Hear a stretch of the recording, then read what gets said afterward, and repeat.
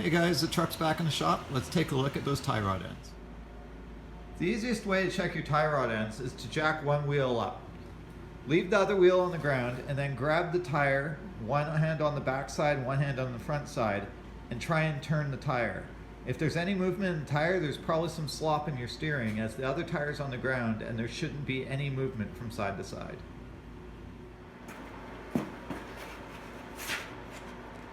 As you can see here, there's quite a bit of movement from side to side, even with the other tire on the ground.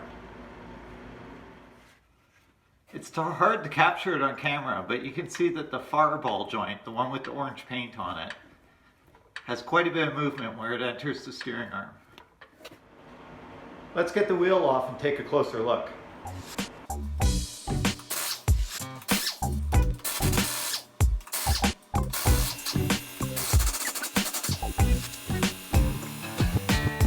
Here's a better look at that tie rod.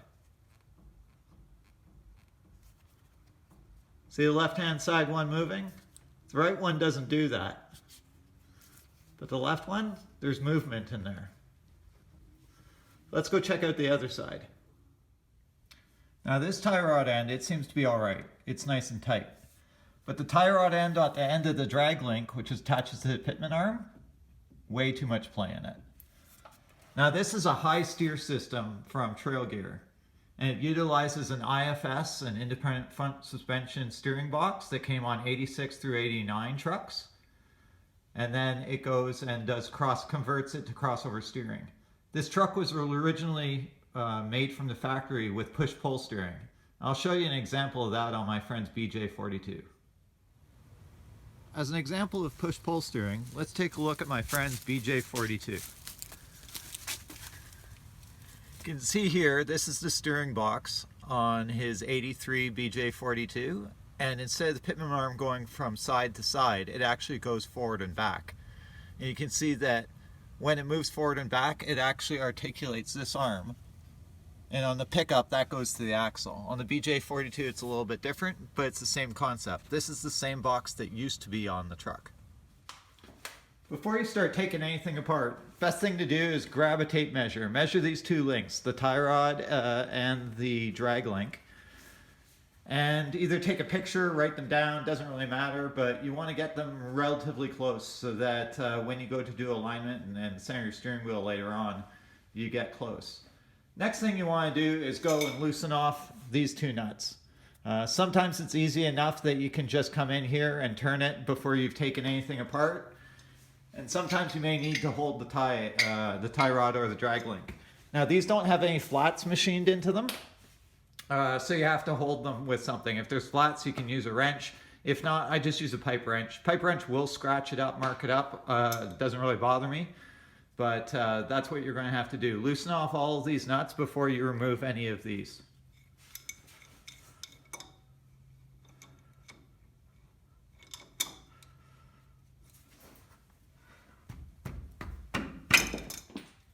Next, you want to take out the cotter pins and spin off the castle nuts.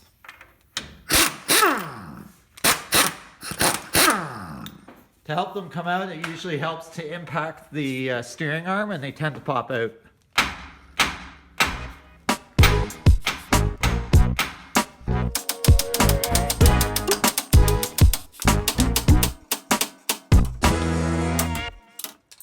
Now that they're free, I'm going to do one at a time. I'm going to throw this one back in.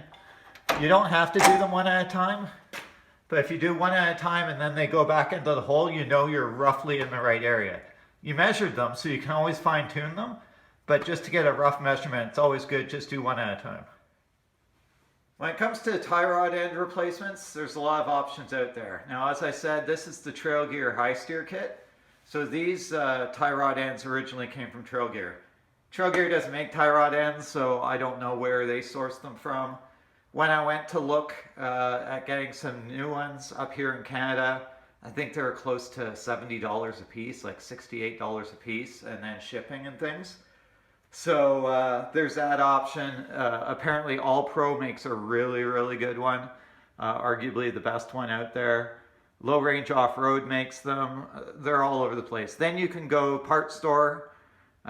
Get some Dorman, Napa, things like that. But even the Napa quality, the Napa cheap ones, which you wouldn't want just because of the big tires, those are about 30 bucks. And I think the Napa premium ones up here in Canada, again, around high 60s, $70. So what I ended up doing is actually going the route Toyota. So Toyota had these in stock. These tie rod ends are from an FJ80 or an FZJ80, off the shelf Toyota stuff. There's one for right hand thread. There's another one for left hand thread. Easiest way that I do it is I put the right hand thread ones on the right hand side of the vehicle and the left hand thread ones on the left side. You don't have to, you can do it either way. But basically both of these ones, I keep the same thread. They're both right hand thread. The two on the other side are both left hand thread. Now 2 of these tie rods aren't that bad. This one's not that bad. It's a little bit loose when I feel it. This one's a lot loose. So this is the bad one. The one on the pitman arm is the bad one on the other side. The other 2 are manageable. So the 2 that are worn out, they're junk. The other 2, this one and the one that's on the other side, I'm actually going to keep them as trail spares. But I'm going to go and put these Toyota ones on there.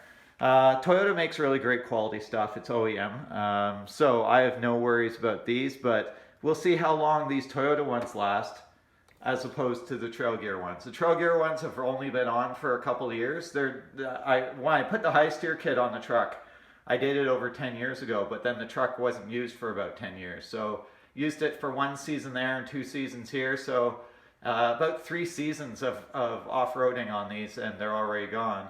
Not bad because it's hard off-roading, not just fire roads. But we'll see, put on some Toyota quality stuff and see how that goes. Now, from here, they just spin right out. You shouldn't need any tools for this. I've already taken off the jam nuts, and you notice these don't come with jam nuts. They do come with a cotter pin and a castle nut, but they don't come with a jam nut. And that's because on the FZJ80, they don't use jam nuts. What they do is they actually have an adjuster on there that you clamp. You spin this into the adjuster, and then you tighten the bolt on the adjuster, and that clamps it. On these, you have to go and reuse those lock nuts. So I'm just going to spin these out, spin the new ones in, and make sure to include that lock nut before I spin it in.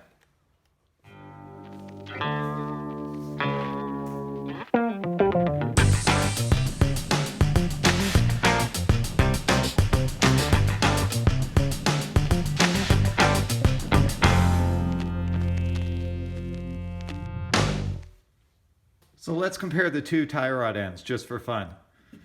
Now, are they the same? No, whoever Toyota uses and whoever Trail Gear uses, slightly different. You can see that there's a bevel on the end of the thread for the Toyota one that's not there on the Trail Gear one. You can also see the threads extend down further.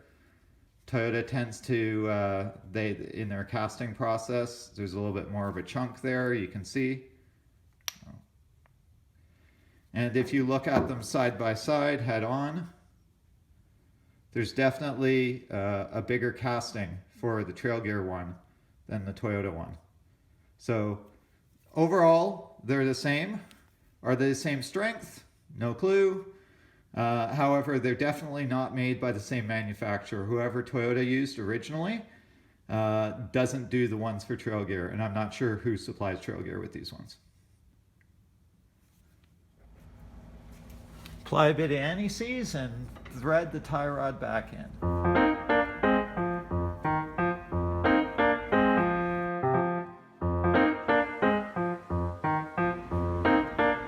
If it's close, they'll fit right in the hole.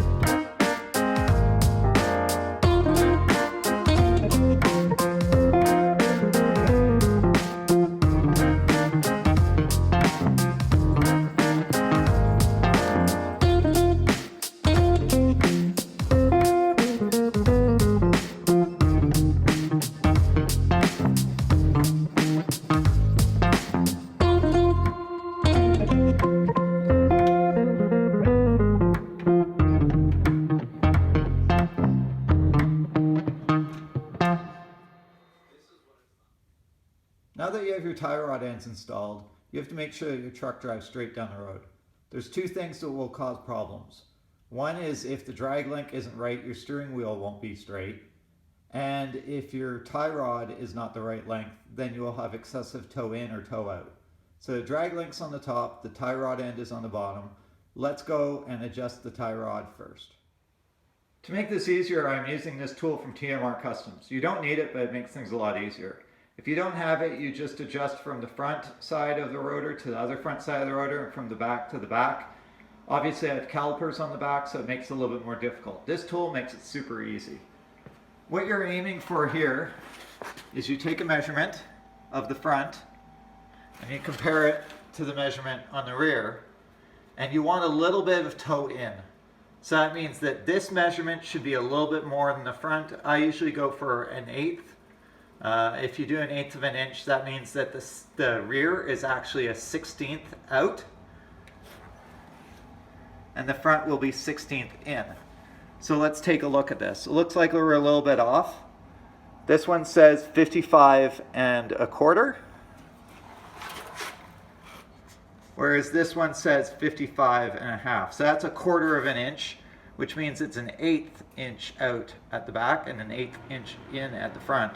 I'm going to adjust that to take it out. So really what I'm going to be looking at is more like 55 3/8, and the other one will be,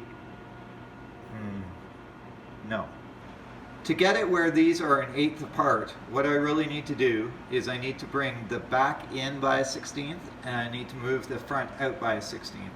In order to do that, I need to lengthen the tie rod. So in order to do that, I will just spin it, check the measurement, and what I'm looking for on the rear would be 55 7/16, and on the front it should be 55 5/16. Let's see if I can do that. Okay, so here's the end result. Pretty sure I did the math wrong before, but it's better now. So if we look at this, that's 55 1/4. Now on this side, it's 55 and about 3/8. So that's an 1/8 of an inch difference between the front and the back. It's towed in a little bit, and that's exactly what I was looking at. Probably not what the math said when I was trying to do it the first time, but this is definitely right. So this is 55 1/4, as I said, and 55 3/8, difference of an 1/8 from front to back. So that's all taken care of. So now that we have the toe set, let's go and see if the steering wheel is off. So with the steering wheel straight, let's go measure the distance from the back side of the rotor to the spring and see what the difference is. Now, this isn't going to be exact, but this will get you close. If the distance from this surface to this surface is the same on both sides, it's probably a good start. It can always be adjusted really easily afterwards. You just go for a test drive. If the steering wheel is a little bit crooked, you just go and spin this. You either make it, or sorry, not that one. It's the one that connects to the pitman arm. So you spin the track bar to make it longer or shorter, and effectively that will go and change your steering wheel. So let's go and measure each side, and I'll let you know what I find it. I measured the distance from the leaf spring to the inside of the rotor, and it's about 248 millimeters, and it's about the same on each side. In Canada, we interchange whether we use standard or metric, so sometimes we use inches, sometimes we use millimeters. In this case, I chose to use millimeters. It's a little bit more accurate for me because I'm used to metric more than standard. However, 248 on each side is what it came to. Now, this isn't precise because these leaf springs, obviously it's not a fixed point on the vehicle. The suspension moves around, so these leaf springs tend to move around inside and out. However, it's a good starting part. With the steering wheel straight and it equal on each side, it should go down the road pretty straight with a straight steering wheel. If the steering wheel is a little bit crooked, I can just come in here and adjust the track bar afterwards. If you're looking for some of these to do your toe, They're available all over the internet. I know I got these ones from TMR Customs. TMR Customs, Canadian company. They're close to me, so it was really convenient to get a set of these instead of a lot of the companies that are selling them in the US. If you're looking at this and you're saying, boy, that doesn't look factory, no, it's not. Upgraded the rotors from a solid disc. That's what the truck originally came with. The solid disc is now on the back of the truck. So this is now vented rotor. That's from the same vehicle that I showed you outside, the BJ42. It's an FJ40 rotor. The caliper is a caliper off an IFS truck, so 86 to 89 independent front suspension vehicle. It's the one with 4 pistons, but all pistons are the same size. So the factory calipers that weren't vented or the factory rotors and the calipers that weren't vented are on the back now. These ones are an upgrade, but because this caliper is a lot larger, you need a spacer. This spacer I put on here, so now it's the same track width as the rear. The rear axle I've also updated. The rear axle for an 85 pickup truck is narrower than the IFS ones. So as soon as you start putting some IFS stuff up front, you widen it and you use the IFS rear axle on the back as well. So IFS rear axle on the back is automatically pushed out. I'm not using spacers on the back, but I am using spacers on the front. These are perfectly safe. Some people don't like them, but as long as you make sure that you check these lug nuts every once in a while, use red Loctite, put them on, torque them down to spec, they're never going to move on you. They're perfectly safe to use. I've never had any issues. These have never come loose. And as I say, sheared off some of those bolts on the other side, destroyed a couple tie rod ends. Definitely the front end is getting worn out.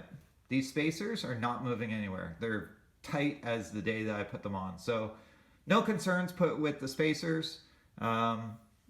So go ahead and run those if you're running the same setup.